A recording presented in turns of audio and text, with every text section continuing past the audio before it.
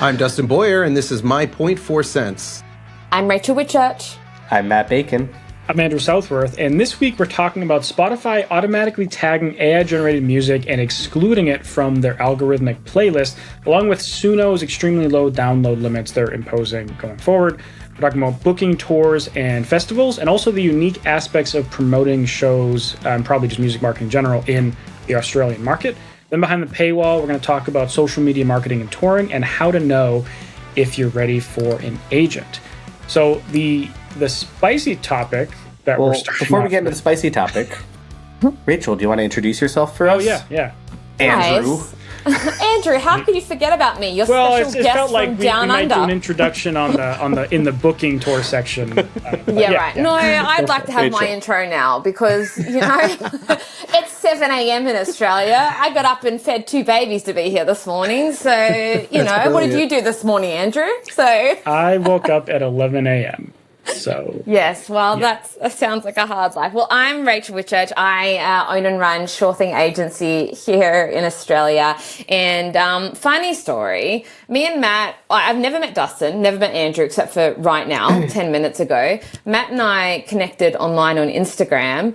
And he mentioned me in one of his posts, and one of my friends immediately messaged me and was like, "Oh my gosh, Matt Bacon just said your name on one of his posts." And so I immediately messaged him. Dustin, how dare you laugh? Matt's you know why I laughed? Because I looked at your page, and you're doing better numbers on your Instagram than all of us. So that's why I laughed. That's because it's beginner's luck. I'm only you kicking keep off. it up, and we won't be. Matt won't matter anymore. None of us will. We'll be coming on your podcast. Exactly. Well, that's, look, maybe one day. But look, I love what you guys do and love what Matt does. And so I'm stoked to be here. So thanks for having me on the podcast. Glad to have you. Do you want to talk about what you do real quick? Yeah, I think I said it, but I'll say it again if you weren't listening, Matt, because I saw you typing there. So I was sending you a note. I was saying you have to adjust your camera because you're kind of cut off. Oh, whoops, sorry. I'm not a professional podcaster. How's that? That's better. I was trying to be helpful, actually. I'm so sorry. Oh, I'm so arrogant. Matt's usually just like replying to emails and Instagram DMs while we film this, and we're constantly. I have cut that down dramatically. He is very important, guys. So we just need to give him the respect that he deserves. So. I own and run Sure Thing Agency. It's a boutique booking agency in Australia. It's just a small team. I have, only like 15 clients or less is what I usually try and keep it at. And the reason I do that is because we are about long-term growth. And so I try and not take artists on unless I truly believe in them and think that I can work with them across, a large space of time. And so I love what I do. I grew up in the music industry. I played in a family band when I was a kid. We lived in a caravan and played music all around Australia and the world. And that was kind of how I fell in love with music and touring and that sort of thing. And because I was homeschooled, part of my school curriculum was booking shows with my dad for our family band.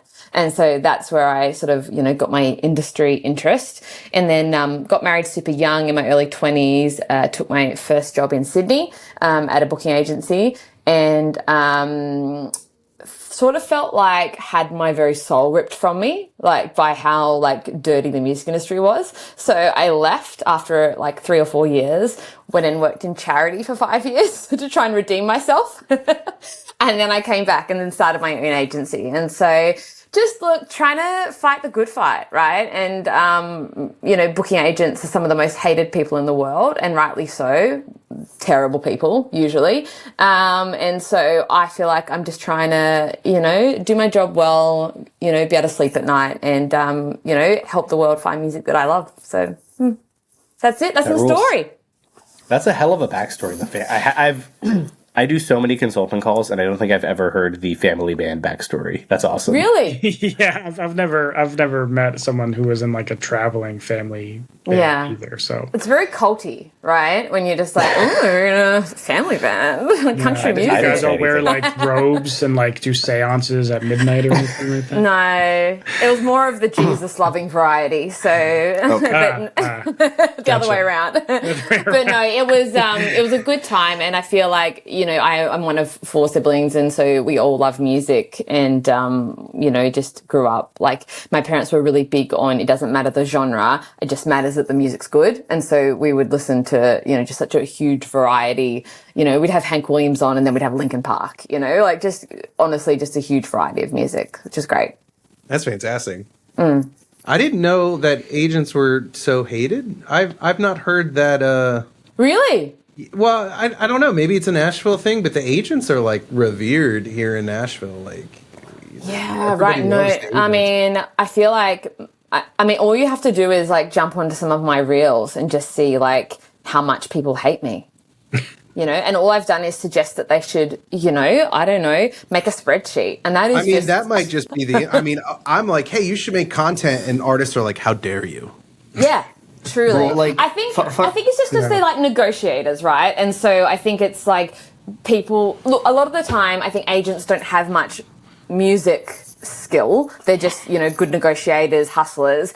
And I also think that like the thing about agency is, you don't really have long-term contracts with the clients. Like they can give you 30 days notice and they're out of there, right? And so whereas management's different. You're locked in for an extended amount of time. You can leave, but you're going to pay for it on the back end, right? And so I think that with agents, it sort of creates this scarcity mindset with agents where they know at any point their job can be gone. And so they become, very cagey about information, very cagey about contacts. And we've all been burned a bunch of times. I have. And so I think it's hard not to get really thick skin and become really aggressive and ugly through that, because it's your very livelihood that can be gone in 30 days. Yeah, I don't think a lot of people understand how bad like the loyalty is for agents. Like I always give managers, I think management is such a weird gig, but like agents, there's a lot of agents who go, I love this band, I'm going to help them grow, and they're the first to get fired. I 100%. mean, it's just like people wonder why agents never want to start with an act that's not making anything to help build them, because it almost just never works out.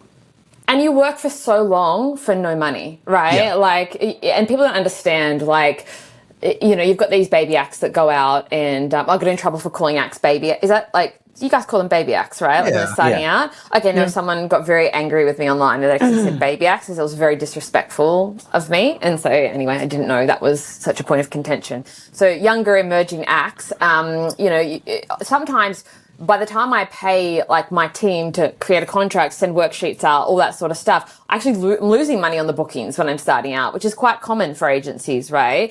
But I think that, look, I think you just got to try and, not get thick skin about it. You just like, I think sometimes it's safer in agency land to I don't care, whatever, like get angry about it. But I'll be honest with you, sometimes like I've had an act leave me that I really loved a couple of years ago, and I cried about it. I cried for quite a number of weeks about it. I was really sad because I loved them so much, and like I still like felt a little bit happy when their new agent, like I look at their website and they're like got no gigs, and I'm like, suckers. I'll tell you that's what usually happens. You have a very passionate small agent, and as soon as some guy from CAA comes knocking. Yeah.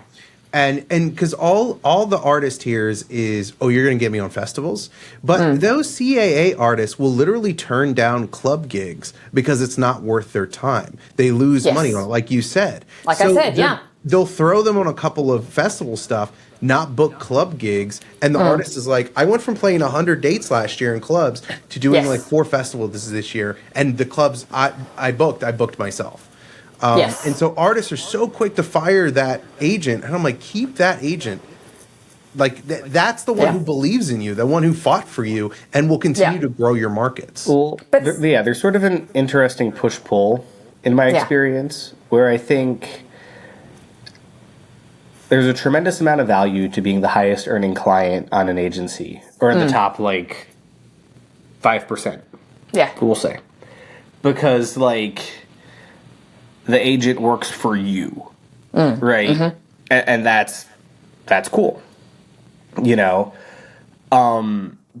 But I also think that it's sort of like, Dustin, you made a video about this, about like bands changing their name, and how like people kind of level out and they're like, what do we do? Well, maybe we change our name. And I think that there is a place where people level out and they're like, what do we do? Let's go work with a bigger agency. And, and in a lot of my experience,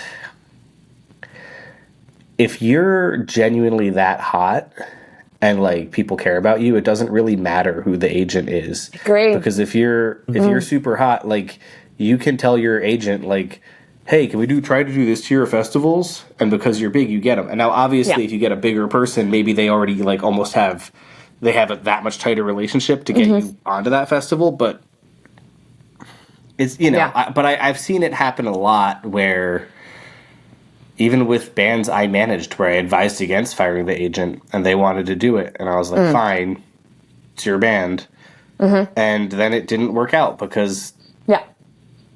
Yeah, I was like, this guy bled for you. Is there ever a world where in the same market you would have multiple agents working for you in different like types of gigs, or is it always like kind of segmented by market? There's a couple weird exceptions. For example, I knew one sort of classic band who had a traditional agent and then a casino agent. I believe there's also agents who are focused primarily on like radio gigs, which makes sense. So, but it's usually more for like the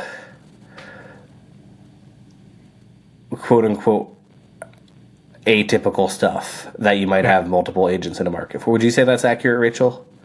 I mean, here in Australia, it's pretty unheard of. I actually just spoke with a band a couple of weeks ago where they kind of had two agents, and I was like, I was like, oh, like the manager was telling me about it, and I was quite shocked. It's the first time I'd ever heard of that, and it's because they were operating kind of in like that DJ like dance world, and then they were doing festival world as well, and they wanted a specialist in that market because I've heard about stuff like this. Yeah, or I've heard about bands.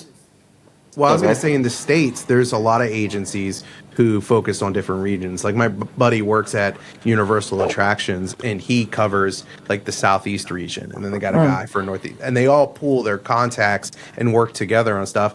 But it makes sense. I mean, the United States is basically the size of the EU. At a certain point, one person can't know everybody. Yeah. I mean, you guys are so, like, and our country is so small, right? We have, like, like, not that many places in terms of capital cities. Right? Yeah, I mean, not two, but, But, it's not much more than that, Like, there's probably, like, 5 to 7, like, cities that you would go to on a national tour. And then a lot of regional touring. And so, I think it's pretty unusual to have more than one agent, but I also think that like that's not to say that in other parts of the world, like I don't know the American market, right? And it's the same way that I've had clients where I had a client the other day say to me, "Would you represent me in the UK?" And I was like, "Man, like I don't know anything about I know like the high level stuff, but like I don't even know that market," and it almost feels like. I think it's pretty presumptuous to think, imagine having a worldwide agent. That'd be crazy, right? Like, that's stupid, And I think that sometimes I feel like it's better just to be a specialist in what you do and then to do that really well, Yeah. Yeah, I know a band who works with one of the big agencies in the U.S. They book him shows in like the West Coast U.S. And then he does like a UK tour every year, and he does that himself. Yeah, but usually you'll have a separate U.S. and EU agent, right? Yeah. Like, that's pretty common. Yes. And then, what I was going to say, what I have heard of that is not common, but I have heard of it, is someone who does a band and then does DJ sets, and that ends up being two separate people. Yeah. But that's like a really weird one-off kind of thing. And that's almost two different projects at that point, too. So that's right. Yeah.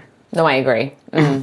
But yeah, look, agency land is wild, I think. And I think it's just, I think the compensation part in terms of like job stability, I think that's definitely, like a part that people don't, like artists aren't always aware of, is just how unstable our our contracts are and how we kind of like, can chop and change. It's like, it's like, I always say it's like being in a marriage. And so when people are like, you can enforce your contract, and like, yeah, but why would you? If someone doesn't want to be married to you, why would you be like, you have to stay, like it's unbearable. So. They did. That's why they have sunset clauses with marriages, right? That's true. That's true. That's how they modeled management contracts. So let's get into our first big topic. Andrew, do you want to cue this up? Yeah. I guess we just had a bonus topic on how do booking. Yeah, I mean, we could just continue to talk about booking and just start off at the top. Let's just start there. Let's keep going then. Dustin, let's just keep rocking. What was your cutoff? Because you said you had to hop off. My meeting just canceled, actually. Oh, no, so it didn't cancel. Dustin didn't even have a meeting. He was like, I don't know if I'm going to like this Raechel girl, so I'm going to tell a little lie. I'm going to hop on the call. I'm going to vibe her, see if she's interesting. And if I hate her, I'm going to be like, gotta go. I promise you I don't. I'm bored right now. The guys are talking. I'm kind of excited that the meeting was canceled, though, because it's been a while, so...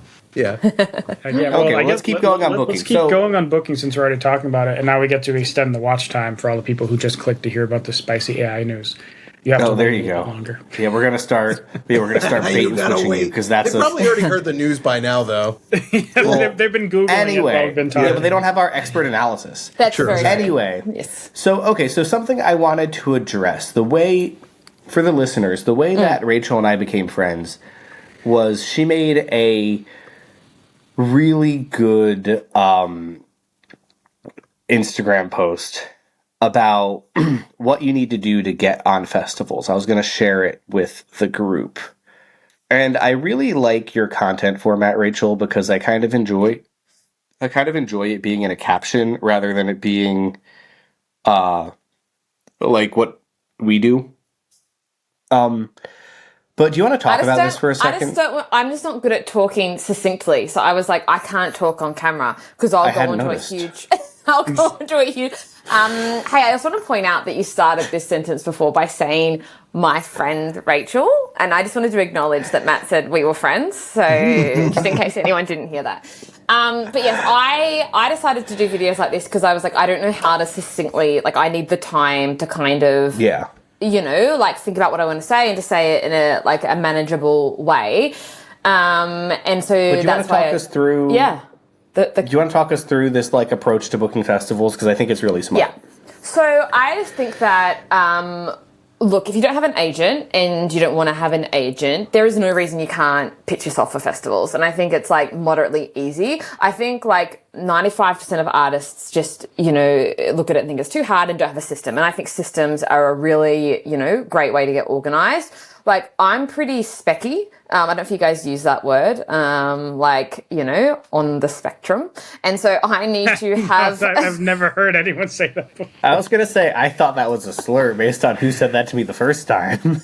No, I think that's a slightly different word. But no, I am, I need systems. If I don't have systems and if I don't do the same systems every day, I can't manage well. And so I think most artists that I know are neurodivergent to some degree. And so I think that having a system is really helpful. So with this system, it's so simple. It's literally just getting a spreadsheet. You can, I've told you exactly how to do it. Just put in the headers, put in the details, and then once a week, sit down at your computer and then just apply. And so let's talk about this real quick for people listening at home. What are the headers you want to put down in the spreadsheet? Yeah. So festival name, the dates of the festival, the booker's name, phone and email, which I'll come back to, the application date. And so most festivals aren't going to have an application per se. I use the application date loosely, but what I mean is when you should be pitching for that festival, right? Or when you should apply for that festival. And so normally I would suggest a month after the festival ends is a good time to reach out because, festival bookers are just recovering from the last festival. And so, pick a date roughly a month after the festival ends. And that's kind of it, right? That's all you kind of need, really. The main, I think thing that comes up though is that people don't know who the booker is, right? People are like, well, who's the booker? When I started as an agent, I didn't know who the booker was either, and there's this great thing called Google, and it's so easy. Just a quick question to pop in my head that I don't want to forget. How do you feel about tools like Booking Agent IO, where like it helps you? It's supposedly like trying to help you find that contact information for certain venues. I don't know if it does festivals, but do you use that, or do you find that not valuable? Don't. So firstly, because I don't think it's necessary. Like I just don't think you have to, and I assume it's paid, right? Like you have to pay for it, I guess. Yeah. So first thing is I don't want to pay for something that I feel like I can find myself on the internet. Second thing would be I feel a bit funny about buying people's details. Like that feels weird to me. Yeah. Like that seems like a bit creepy. So I just feel like if I can just find it on the internet, then it's like free reign. Like, their details are on the internet. That's easy. And I also think like I always want to kind of say, like if someone says to me, how did you get my details? I want to be able to tell them. Right. And so I never want to say I bought your details. Like that feels gross to me. It's not quite like one of those PDF lists or Excel spreadsheets where you buy it. It's like a research tool where it shows you venues, or I don't know if it does festivals, but then it has some integrations where they can like kind of scrape the internet and get you. So it does, I think, show you where it gets you the source, like if it got it from LinkedIn or whatever. But got it. But the moral of the story, you don't use that tool. You go straight to Google. As someone who books your own shows and helps other people do it. You just do it the old-fashioned way. I know a lot of people in the Australian market, though. So, I'm in a different... Like, when I first started out and I first started my agency, obviously I had to work a lot harder for it and kind of, scrape around on the internet myself. But I think, now I can usually just, ring someone and be like, hey, can you shoot me this person's details? Or, and someone will be able to help me. Yeah. But, that just came from, years of building up my relationships. But a lot of the time for an indie artist, I think there's something to be said about kind of being where you're at. And what I mean by that is you can literally just Google XYZ festival booker. You'll probably find some sort of press release where they've talked about their festival before and it'll have their name. And then I just think finding a generic email for the festival and, attentioning it to that person, I don't think there's anything wrong with that. People have this thing about wanting to be directly in the festival booker's inbox. I think most festivals, are probably forwarding, those emails on. Or alternatively, there's also, I would just say there's also some... very big festivals I'm friends with, 30,000 plus. Yes. Where the actual booking email is info@. Exactly. Yeah. I will email the owner of the festival, who is my friend, and it's info@ whatever. And and when I first figured that out, I was like, oh, maybe he's going to get me his email. No, I've been talking to him. We just talk about stuff. Info@. And I'm like, okay. And I think that's what I mean. I think people think it's more complicated than that, and it really isn't. I think that it's just because I think often they're well, they're not responding. I'm like, well, they just want to book you. That's why they're not responding. There's no secret email, and I think that getting the email address isn't the hardest part of the job, right? You can get the email address. There being a demand for you to perform at the festival, that's going to be the hard part of the job, and so I think creating your pitch well and making sure you add value. And it's funny, I was actually this morning working on this new video I was about to post online, but I was literally talking about this topic around how to pitch to a festival. And one of the things I said in it was stop pitching festivals from the angle of this is what's going to benefit me to be on your festival. And so many artists do that, right? They send these emails, they're like, I'd love to perform at your festival, it'd be great for our career to be in front of that many people. And I'm like, why would a book... It's these bands don't understand that it's sales. You're the person booking has a problem and you're trying to help them give a solution. Mm-hmm. I mean, honestly, though, I think that there's a general lack of... I get messages from artists all the time, and they're like, hey, could you work for me for free? It'll be really great for my career. And I'm like, that's a crazy sales pitch. You gotta, what are you trying to solve for that other person? Yes, that's right. So, and I don't know. Like, I think this is a universal problem, right? And I think that, look, I'll be honest, like, there's probably, like, no offense to anyone, there's probably some people out there who are just, like, dumb. Like, that's cool. Like, you're allowed to be dumb. And then there's other people who genuinely think, like, my music should be enough. And that's probably more the audience that I'm speaking to, right? Like, it's people who genuinely just think, well, my music is great. And I think the thing is, there is a lot of great music in the world, so much great music. And we've seen time and time again that music doesn't always rise to the top. Like, it just doesn't. And that's a real shame. So why not give yourself, like, the best chance of your music rising to the top by learning a bit of business acumen, you know? So can I ask you a question, though? I'm sorry, Matt. What I'm really curious, because I think if I'm booking a club, it's very obvious what I'm trying to do. I'm trying to sell tickets for your club. Right? Yes. And maybe that is the goal of somebody who's booking a festival. But from the person, I know that they have different slots and different needs for different slots. So let's say I'm an artist. I've got 50K monthly listeners. Like, I'm emerging. Is there a space for me at that festival?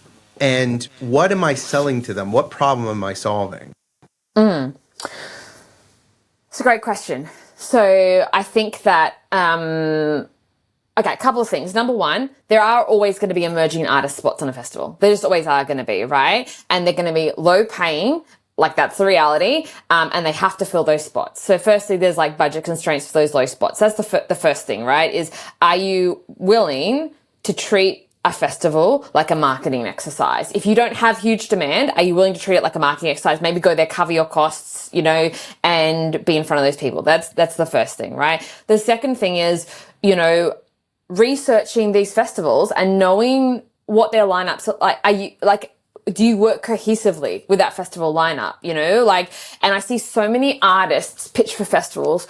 Like, I had someone call me yesterday and be like, can you pitch me for a festival? And I said, no, I won't pitch you for that festival because your music doesn't make sense for that festival. Why would I put you on that festival? You would go there and they would hate you. And so I think, like, making sure that when you're pitching, don't just like throw 1,000 darts at the dartboard and hope that one of them lands. Just like throw like 3.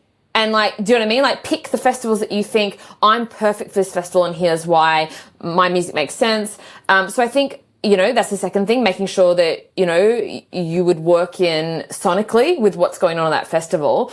And then I think the third thing is like, do you have, like, can you demonstrate, and I don't think it's a huge deal, but can you demonstrate some sort of following, right? And so that's why I often suggest to artists, like when they're starting out to get booked for a festival, pick like one that's close to you, like a local one, because that's probably where you've got your biggest following, right? Is like your area. And then demonstrate that to the booker. Hey, last time I played a show, like a club show here, I sold 100 tickets at this price, so I'm worth about, $5,000, or, here's a screenshot of my Instagram followers in this region. I have this many followers in this region that, I can, promote your festival to.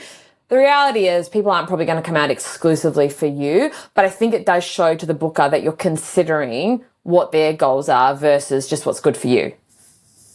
One of the things I think about a lot, and I'd love your input on this, Raechel, is I look at this with, for example, like Hellfest, which is like a exceedingly well curated metal festival insofar as they have like the biggest mainstream bands, and then there are bands that have played that I saw play to 10,000 people at Hellfest, and then I saw play in a basement 2 weeks later. Yeah. And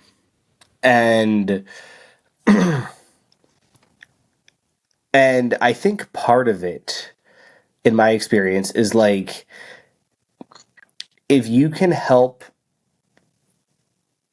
add to the vibe because you're sort of your marketing, like your presentation suggests to people like this is the good taste band, like this is like the you saw it here first band, right? I think about, just use the Hellfest example because I went for like 10 years straight because I did their translations. Seeing bands where like they were just starting out to now where they're playing to 1,000 people, but when they were just starting out and played Hellfest, that was like a huge deal. But they already had, even though they weren't necessarily worth a ton of tickets, they had cultural cachet because the branding was so tight that people were like, you know what, this is kind of cool. Like, it was catering to such a specific niche that people were like, you know what, this is kind of cool. Maybe I will wake up at 11 a.m. to see them. Yeah. Do you see that working? Yeah, I think if an artist, like I always say to artists, so an artist and a manager's job is to create demand, and then my job is to exploit that demand, right? And so I can't create the demand for you, right? And so I think what you're describing is like there is a demand. The demand may not be hard ticket sales, but the demand is like this cultural feeling of like, oh, this is like this up and coming band, and then the book has gone and sold that on, right? Hey, this band's really hot right now. They're getting this, that, and the other. Let's get them on this festival, right? And so I think like. I don't think there's like a silver bullet per se, like, that there's never a silver bullet, even though artists want to believe there is. I think that if an artist and a management team, or just an artist alone, if, they're self-managing, are prepared to come and do the hard work and put on a killer show and then meet the fans and then collect the email addresses and follow up with targeted ads and blah, blah, blah, and like do all the pieces, I think that they've got a shot because the music industry is so hard. And I think like, so like, none of us, like we pretend to be like fortune tellers. Like if we just do this plus this plus this and we can make a career. Well, no, like there's also just like a whole lot of luck, being in the right place at the right time. So does it work? I think yes, if all the pieces of the puzzle are there. And then I always come back to the most important, what I think is the most important thing is they're like great songs. Are they just great songs, And I think that so this is the other thing is like artists ask me questions all day, like about booking and this, that, and the other. And then at the end of the day, all of this is assuming you have great songs. And then if you've only got good songs, it might not work. You only get so far and you have great songs, and so I don't know. I mean, that sounds so depressing, doesn't it? I heard a video that was like talking about something like Richard Branson or some other billionaire said, where like whoever the billionaire was described himself as being like luck was the most important factor of how he was able to make so much money. But he was saying like one thing he thinks why like it was him and not anyone else is that he was really good at giving himself the best odds and like giving himself the most chances to roll the dice. So like if you're never like reaching out, festivals aren't just magically going to be like, hey, you want to play, right? Like the more correct ones you hit up and reach out to, the more dice rolls you have. Yes. So you're not like manufacturing luck, but you're drastically increasing your odds just by having more shots. If you do it year after year after year, and like you do all the things you're talking about, like actually treating it like a sales pitch, like what's in it for them, your odds go up. You still have to get lucky at some point. But like you're stacking the deck in your favor. It's funny, like, you're talking about like Instagram before, right? And, I've never been very, I would say, I'm going to be honest, I don't think I've ever been very good or taken Instagram or Facebook or anything very seriously, just because I've always looked at it and went, oh, it just seems too hard. It just seems too hard. I don't know how to do it. And it just seems really overwhelming. And then I had... my husband and I we had 3 kids. It's a lot of kids already. And then we had a little whoopsie last year and thought we were done having kids. Alas, we were not. So then I got pregnant and we're like, okay, guess we're having 4 kids now. And then halfway through the pregnancy, found out I was pregnant with twins. And I was like, I guess it's 5 kids then. Cool. 5 kids is a lot of kids. But, here we go. It's a lot of kids. And Raechel, so that's insane. I have 2 kids and that's insane. Absolutely insane. Yeah. There's too many kids. Like, truly at this point, I'm really going for quantity over quality. You know what I'm saying? So, like, if 1 or 2 end up doing pretty well in life, you've done a good job. You've succeeded as a. You're taking more dice rolls. You're taking more dice rolls. I'm just like, surely one of them is going to be a millionaire. That's what I'm hoping for, right? Yeah. Like, I remember thinking when ours is still like she's a toddler, but like thinking in that newborn stage, like, man, how do people with twins do this? This is like.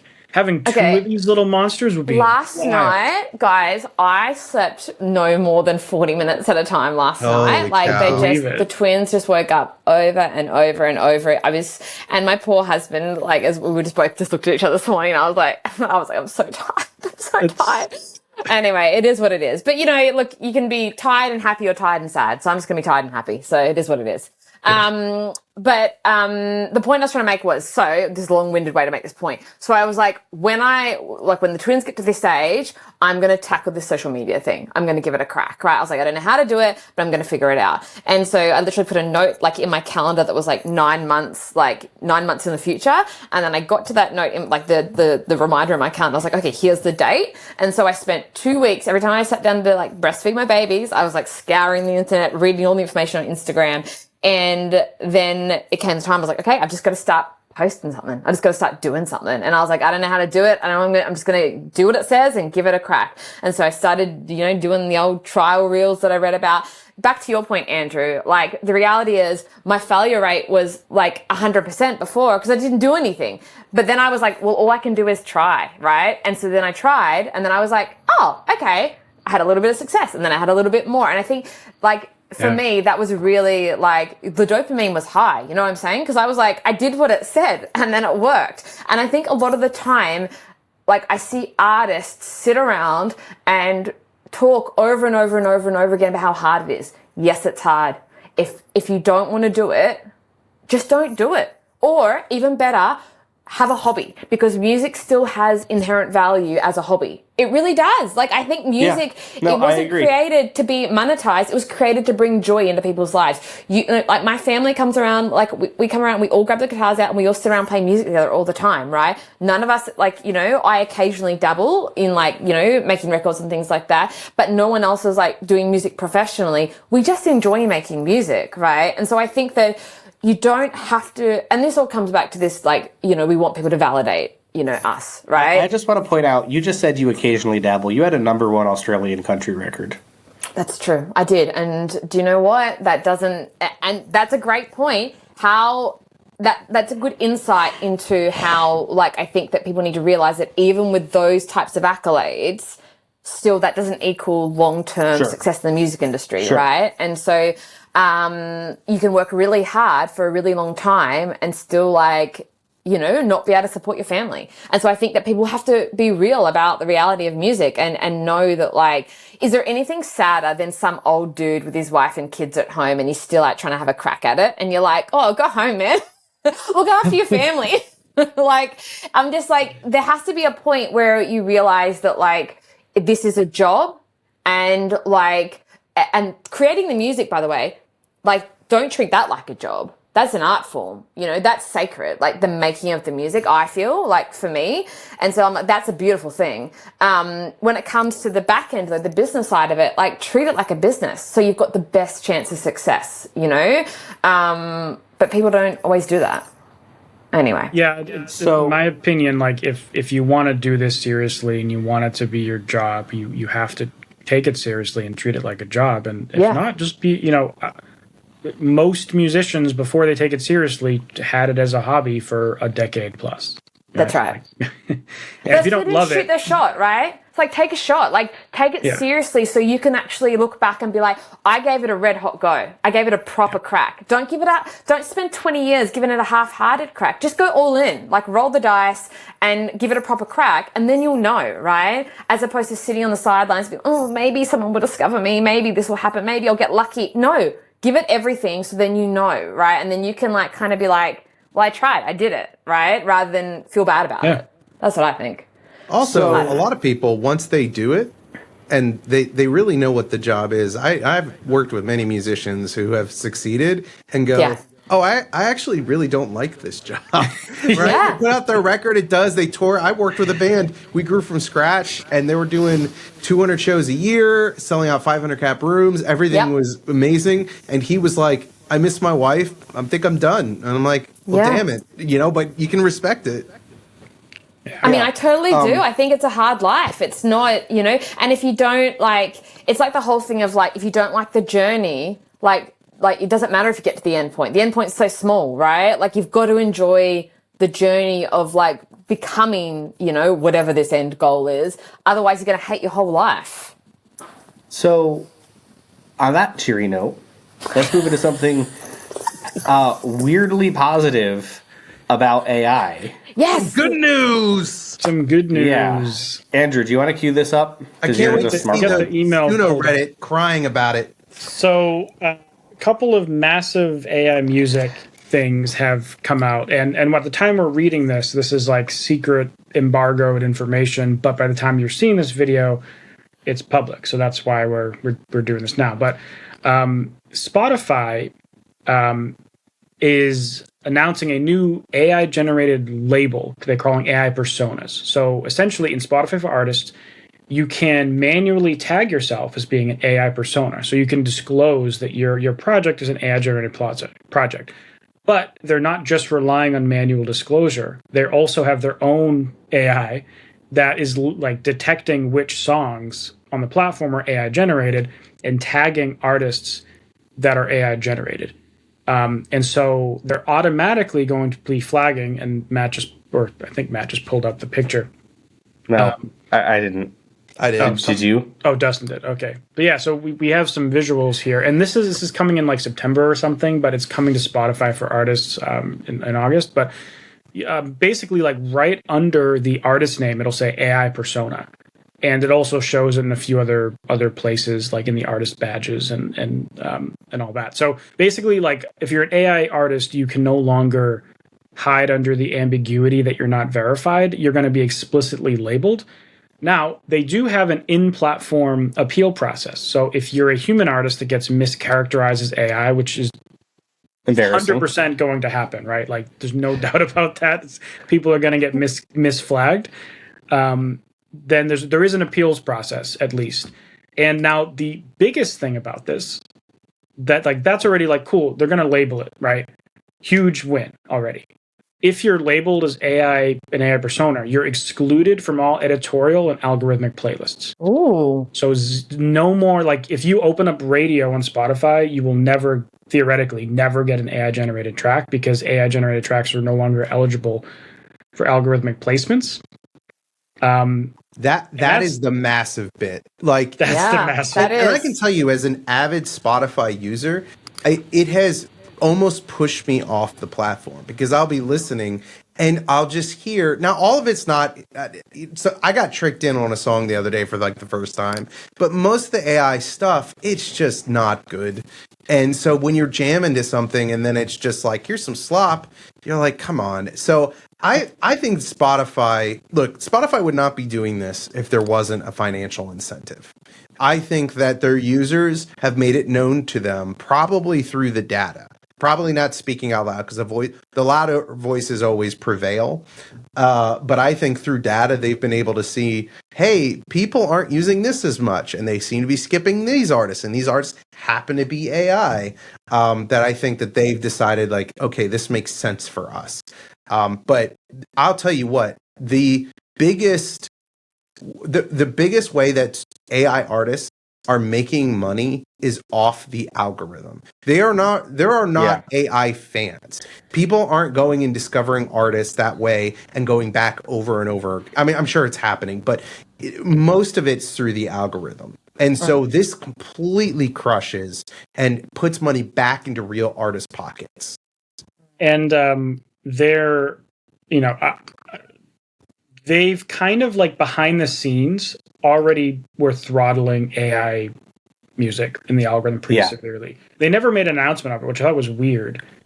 But like, for example, back in like March, April, they're like, I saw this one AI artist that went from getting 300,000 radio streams a day down to 5,000 radio streams a day. So they lost 98% of their radio traction, like basically overnight. And then there was another purge in early July where it further fell down. And so, this particular one in question at its peak was getting 250,000 listeners a day. And that was comprised of 216,000 algorithmic listeners a day, 46,000 active listeners a day. Going forward, they get less than 1,000 algorithmic listeners a day and 11,000 active listeners a day. So they do have 11,000 actual fans listening to the project a day, but they no longer have the 200,000 algorithmic listeners who are kind of getting manipulated right? Because they didn't choose to listen to it. They get kind of swooped in just by listening to radio. So that's already happened. It's just that was all behind the scenes. And now it's like they actually have a public policy on how they're treating AI. So good. Yeah, I wonder if there is any downside to this for Spotify. I'm curious because I think about my friend. I don't know if you guys have seen him. His band name is called Pawns Are Kings, but he's been doing this series called like "Is It Real or Is It AI?" Which, rest in peace, that series is dead now, right? Because we all will know. But there are people that run these AI artists who are very, very aggressive and have threatened him and have been, I mean, there's no way that these people aren't extremely vocal and push back. I mean, Suno recently has made some significant changes that community is just livid. So I do wonder, is Spotify, or, maybe they're just a loud vocal minority. Yeah, I think that the Suno people are a very loud minority. Yeah. Because it's like, I don't know, like how many, there's 700 million people who stream music on Spotify. How many monthly active users does Suno have? I can't imagine it's more than a couple million. Well, I guess. I think there's a couple things, right? I think one thing I think is sort of the quote unquote warehousing cost, which is to say, like, there is a marginal cost to having 200,000 AI albums on Spotify, and you do want to kind of discourage that, especially, maybe that costs, I don't know how many AI albums are actually on Spotify. 200,000 was a made up number, to be clear. But I would imagine, especially if I was Spotify looking at the marginal cost of having all these AI records, and then was like, oh, but this could only go to, like, this could go to fucking the moon in a year. That could fuck up a company, even if they have endless server space like Spotify does, right? Like, after a certain point, it's like, that's crazy. So you want to kind of discourage it. I think also it is a lot of what you're saying, Dustin, is that people don't want it. I think part of it, this is sort of my thing about like getting a good mix on your record, where people will hire a very fancy high-level engineer, and sometimes people are like, wow, you paid $20,000 for a mix? And what I've realized is that while your average music fan can't tell you why they like band A with a $20,000 mix more than band B with a $1,000 mix, they can hear it, but they don't have the vocabulary for it, And I think it's kind of the same thing with AI music, right? So it's not getting the streams. And we're also seeing that with Suno users we did like a whole episode on that guy's documentary where he was talking about how Suno users are not like listening to other AI artists. They're just listening to their own thing. Right. And so I think that where's the value there, right? It turns into, this is just a video game that we're uploading and think can make us famous. And then the other piece, and this is the big one, in my opinion, is like streaming fraud, right? Because it's like Spotify is being used for money laundering. And they're like actively fighting it, right? But being able to pump it with a ton of AI music makes it easier. So you want to cut that. And so like, I think that's a good thing. Like, I don't think there should be money laundering. So like, I think Spotify is doing their ethical job here, but I think that's like probably one of the bigger parts, because then they get involved in a bunch of scary stuff they don't want to be involved in.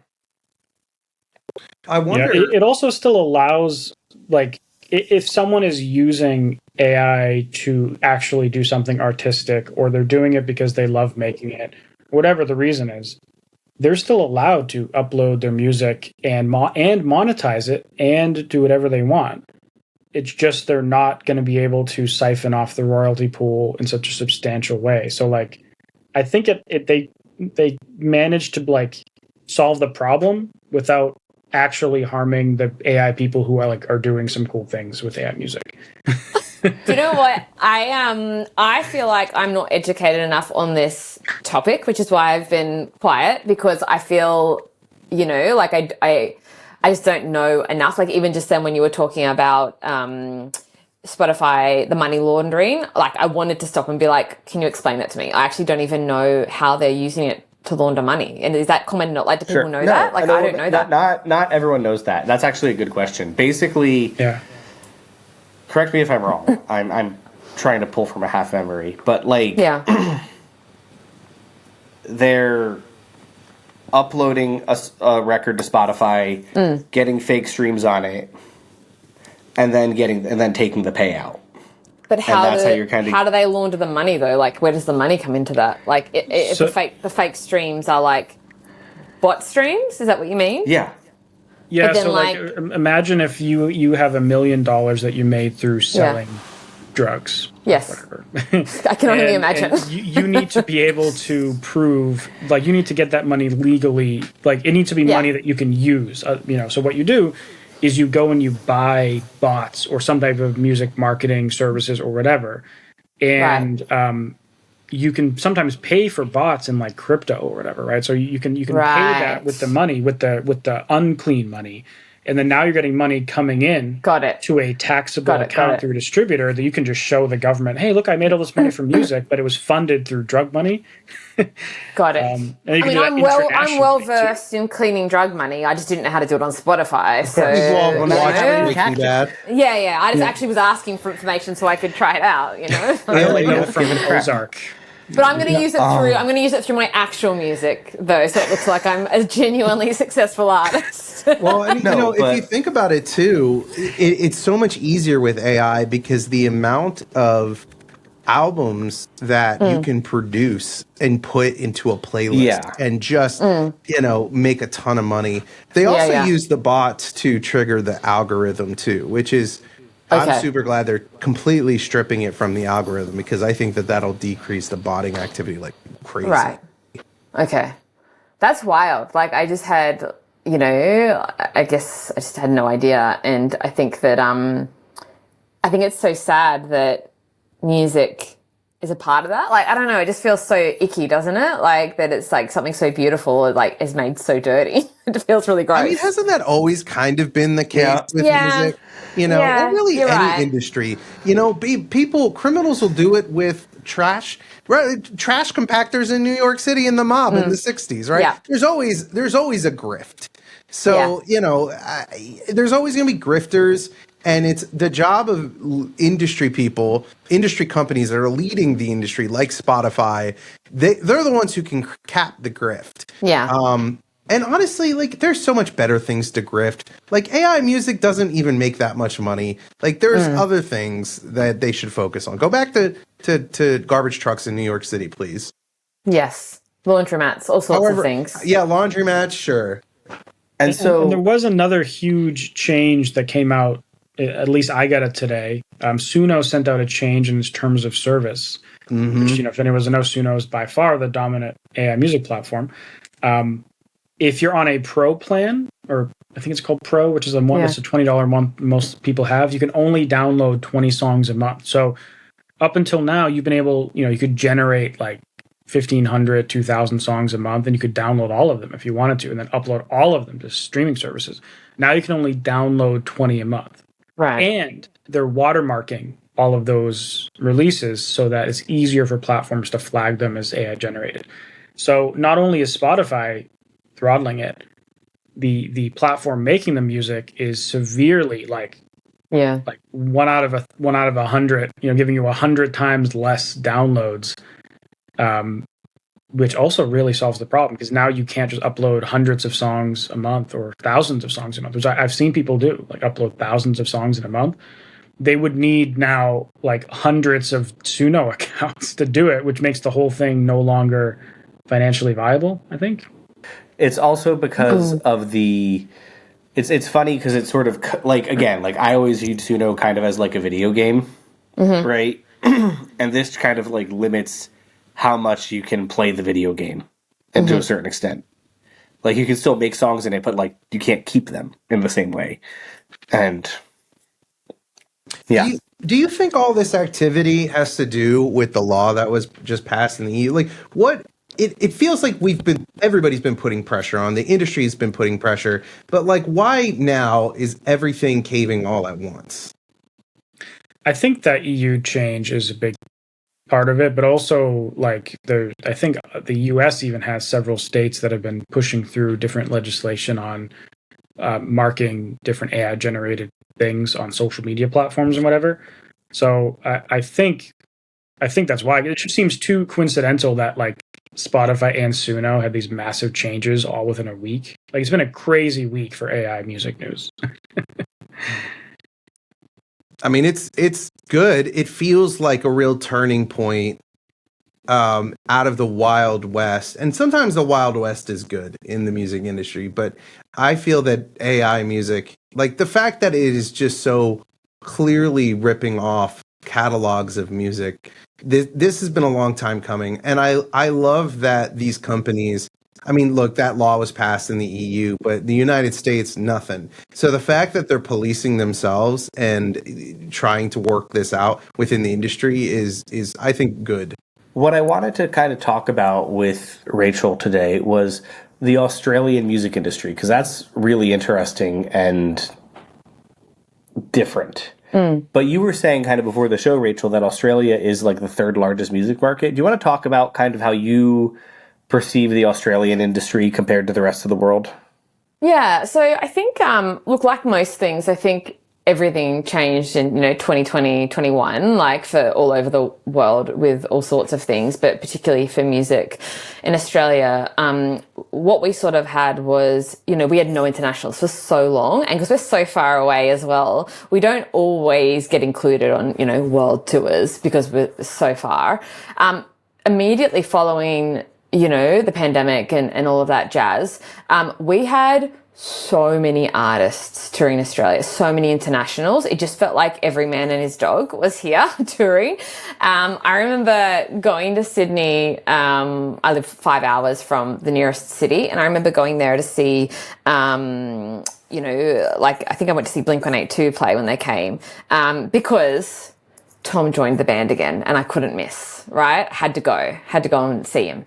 So I went to see Blink-182, but on the same night, it was Blink-182, Matchbox 20 and Taylor Swift all on the same night which is in Sydney. Like there's just like, we just don't have enough people, right, to sustain that level of touring.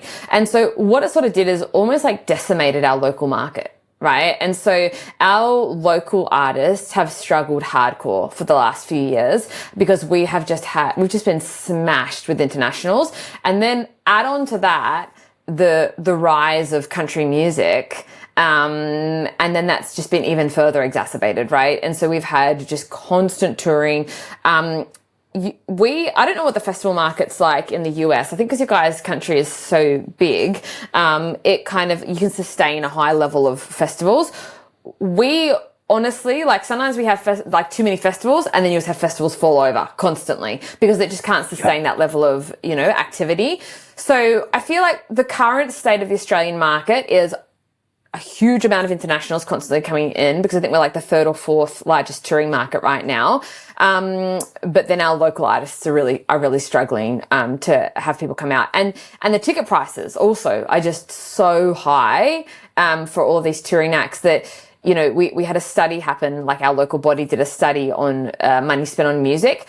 The money spent on music hasn't gone up really in Australia. It's just all changed where it's going. So previously it was going a lot to support the local economy. Now it's going a lot to these international touring acts. So it hasn't been great news for local acts, really.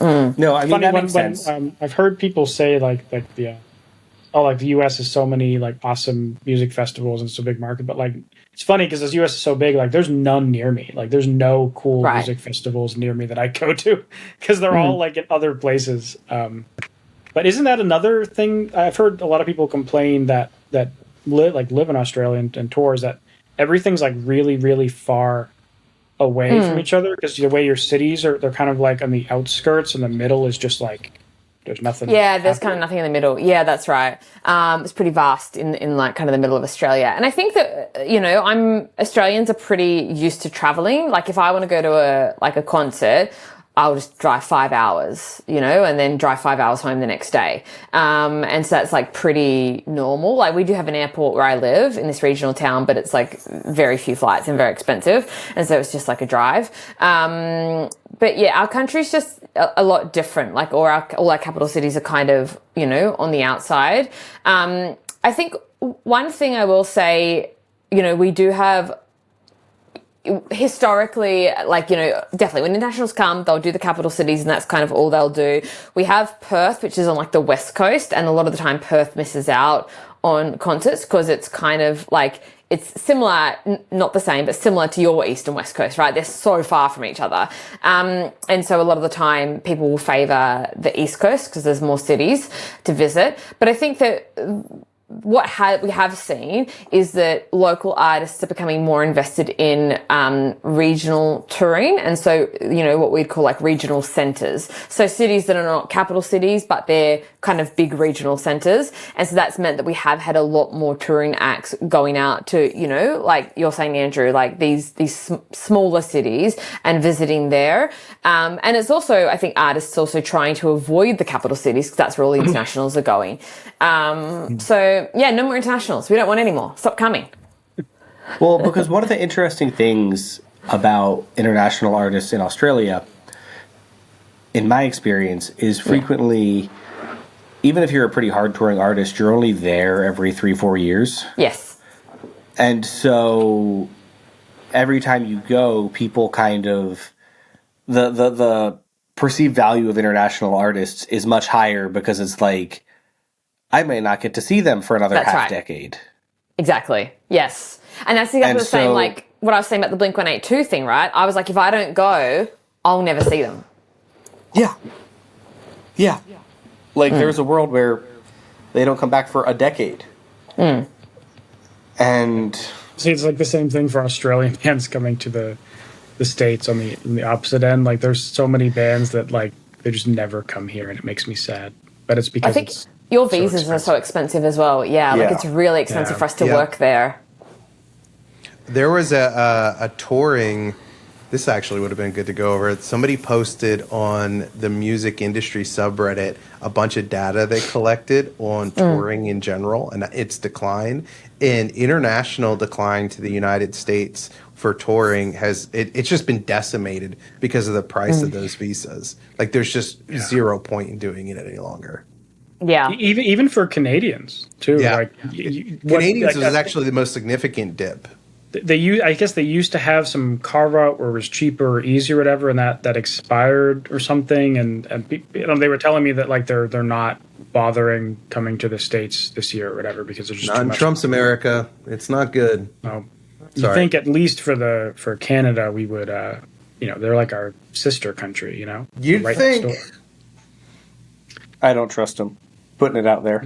It's all Canadian. Well, it's like the thing, they treat the musicians like really well too in Canada. Like they have all these awesome like government programs to fund the arts and fund the marketing of projects, and it's really cool. Like I wish the US would do what they do with artists. What is the grant system like in Australia, Raechel? I actually don't really know that.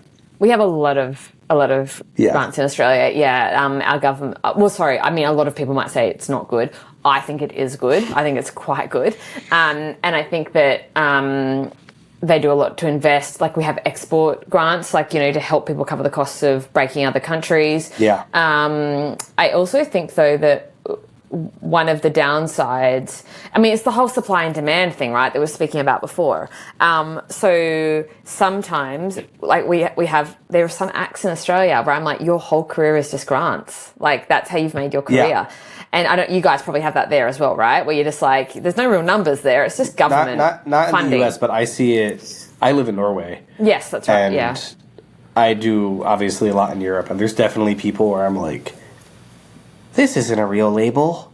No, and I actually don't think that's helpful either. Like, I think yeah, it's a hard thing because there's so much shade of grey, right? It's not black and white. There's like all this shade of grey, and it's like, how much is enough to assist artists where, you know, to make it equitable, but then how much is too much where it starts to have this inflated career where it's like, this isn't a real career. Like, you know, there's no money there. Like I can't sell tickets to that. This is just funded by government funding. And so I think that, like, we do have some of those artists, I think, in Australia.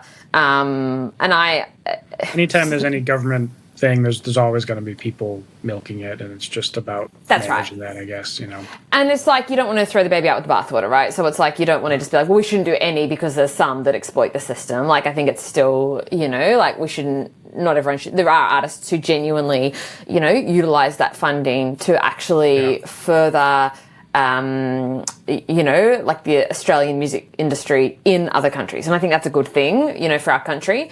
But yeah, we do have a lot of grants. So, Well, yeah. And I don't necessarily think that, like, you should be, because there's definitely people who are just good at applying for grants and that becomes their thing. I don't think those people should be penalized either, because I think they're genuinely trying to, like, do the damn thing, you know, which I think is cool. People just don't like them. Yeah, I mean, I also kind of think, though, that it's like a full-time job, right? Like, in the sense that, like, you know, it's the people who find it hardest to do their own thing are the people who've got the higher you get paid at your full-time job, the harder it is to leave, right? Because your starting point's, you know, more difficult. And so I think for an artist that kind of, you're right, like, they're following the rules. They're just good at getting them, right? But at some point they're going to have to be like, well, why would I have a real career? Like, I don't need to. You know, but yeah, I do agree with you in the sense that, like, you know, if people are following the rules and they're just really good at getting them, then, like, good for them, you know, like, that's the system. I don't think that it's, you know, the proper music industry, you know, it's this other little thing on the side. So I don't know, maybe I shouldn't say that. What do you think, because what I've found with my work with Australian artists is what you were saying, is there's a lot of value to playing Fremantle or, like, Wollongong, where, like, a major band would never probably go. I know about Fremantle. I hope everyone noticed that geography fact. I did. But you did say Wollongong, though, so that took a few points off because it's Wollongong. But it's okay. We'll forgive you. Okay. You said them both back to back, and I don't think I even heard the difference. So. Anyway, the point is, like, so I've noticed that playing kind of the sort of C markets in Australia has a lot of value. What are kind of the other things you think that Australian artists should be thinking about that might even be applicable to artists outside of Australia? In terms of touring to get people at their show, do you mean? Or just marketing in general. Yeah. Yeah. So, it's a great question. I think that what I've found in Australia is that you guys know the term, like, hype artist, right? Yeah. Like an artist, like, there's a lot of hype, but, like, you know, it's like it comes quickly and it goes quickly or whatever. So I think that in Australia, the artists that seem to have, in my opinion, the best careers are the ones that build solid, loyal fan bases over a long period of time. And that's sort of the world that I mostly like to exist in. In saying that, sure, we'd all love a hype artist, right? Where we just, like, make bank in, like, you know, a small amount of time. But I do feel like, I think Australians are, I think, loyal once you win them over, but they're harder to win over. And so I think that, a lot of the time people, like, want to get the quick wins in Australia. And I'm like, no, you've got to come back consistently a number of times and make them really, like, you know, love what you're doing. And, you know, I've seen that even, like, recently, you know, like, it's a different example because they're already established. But, you know, Rob Thomas actually has come a few times, like, in smaller venues and done his own touring as Rob Thomas and then followed it up with, like, the Matchbox 20 tour, and like the number of times he came over, like it was really smart the way they did it, you know, like he had these 2 different products, but he was like building. And when they came back with Natural 20, they did these massive rooms, and they toured with Goo Goo Dolls, and like was really nostalgic. And then Goo Goo Dolls followed it up the next time with bigger rooms, and like so like you could tell there was a plan there, like, and it wasn't not just like a 1 tour plan. They had like a strategy across 5 years of how both those bands were going to be touring and how they were going to, you know, sort of do it.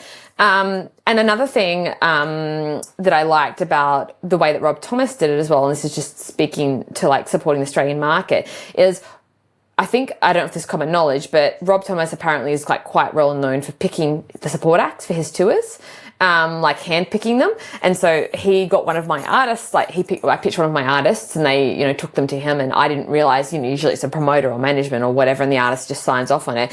He made these literal videos announcing individual local support acts for each of his shows. And like said them by name. Cool. So he was like, you know, the artist that he picked for mine was an artist called Fanny Lumsden, and he was like, I love Fanny Lumsden. I first heard of her music, and her song "This Too Shall Pass" is one of my favorites. And he called out their songs and said things about each individual artist. And I think that is like really smart from a marketing sense, because Australians love that. Like we're like, that's our artist. Like Rob Thomas is saying our Australian artist. And I thought that, but I think he's just a genuine dude, right? Like, you know, like, and everything I've heard about him is he's great on the ground, and he watched like this like support act, the 3 nights that she did with him, he watched her every night. And I'm like, main acts don't do that. But I think that like, it was smart of them to be like, he's going to call out the local supports and say them by name and do a video for each. Like that's, you know, really, because that gets that Australian loyalty going. So I think that's the thing with Australia. We like, you know, we're very like, you know, Australian proud, and we love it when people, you know, support us, the underdog. Have you noticed like weird trends with different countries that way? Like you said, like Australians like support their artists being exported around the world, and they're super proud of them. Yeah. Artists, for like Indian artists, are the same way. Right. I found like they're super, like they see like an Indian artist like doing really well in the States, and they're like, you know, super proud of them, gung ho about it. And then like I've heard the opposite about Brazil, where like they just like they're a big importer, and they love it when they see like American artists come to Brazil, but like they don't like give a shit about their own local artists, which is, and there's a few examples I've heard of other countries like, and you know, it's all anecdotal, but it's like talking to Brazilian artists and Indian artists and Australian and different countries. But there's some countries that are super supportive of their locals, and there's other ones who more are like importing, and they don't take their local artists seriously at all. And some countries are like more or less likely to give small and big artists a chance. I found like the US, it's a harder sell to promote an indie artists, like a smaller artist, than it is in like a lot of other markets. So it's just a weird thing that like there's not really a reason why, but it's just like a cultural thing, I guess. I have an artist right now, very much falls into like the folk category. And she has a song, I would say, like going properly viral. And the most active audience is in the UK and Australia. Like they are listening to this song over. And I generally get that. I mean, I mostly work like that genre, Americana, country. And the UK and Australia are always the first to adopt. Like those 2 countries want to hear new stuff in those categories. I have other new artists that are in other genres they don't give a shit about. Like at all. So just something about that genre, like, but I mean, the US is the hardest to break open. The US wants to consume things that have already been proven to be hits, you know, like that's what they want. Yeah, look, Australia does have a lot of that tall poppy as well, though, I will say. Like, I don't know if you guys have that in the States or in Norway, but like it's like the tall poppy syndrome. Like, you know, don't get too big for your boots. Like, you know, we get annoyed when an artist, you know, like, so we do support local artists. Tall poppy syndrome? Yeah. You know, I've never heard that before. Yeah, I've never heard this either. Sorry, I needed a moment to reflect on that. Fine. But like too big for your boots is basically like in like we tear someone down if they get too, you know, like big for their boots or whatever. Got it. And so that's like very common in Australia. And I think, you know, it's funny, one thing I love about the US that like we don't have in Australia as much is like, so in Australia, there's this culture of it being kind of not cool to care too much, right? Like, you know, it's not cool to care. You guys in America, it's like you are so passionate about everything, right? And you'll tell, like, you're passionate about something. You tell people, like, you're passionate about it. Now, obviously, I'm stereotyping. I'm sure there's, like, people that don't do that. But I feel like in Australia, it's very, like, you don't want to care too much, right? Because it's embarrassing to care too much. Well, the data doesn't say, the data says the opposite. The consumption is very, like, early adopters, like, you know, we love what we love, and it doesn't matter how big or small it is. Right. I don't know if it's more of like more of like a closeted caring than like a publicly caring. That's right. Yeah. Like Australia, are they the sort of people like we wouldn't be too eager. I'm a very eager person, and I feel like I couldn't tell. Yeah, I know. I hide it really well. But I think that in America, like, I feel much more at home sometimes because I'm like, oh, you guys are all as eager as I am. Like, everyone here cares passionately about what they're doing. But in Australia, I'm just like, chill down, simmer down, bring it down. You're a lot. Thank you guys so much for listening to this podcast. We are trying to get this to go as far as it can. So please tell a friend, a musician friend that you know about this podcast. Share it far and wide so we can share all this wonderful knowledge with everyone all across the world. If you enjoyed this episode, please subscribe on your favorite podcast app. If you're on YouTube, subscribe and turn on notifications so you don't miss our episodes every Thursday. If you can rate us on Apple and Spotify, it helps a ton. Tune in next week for more.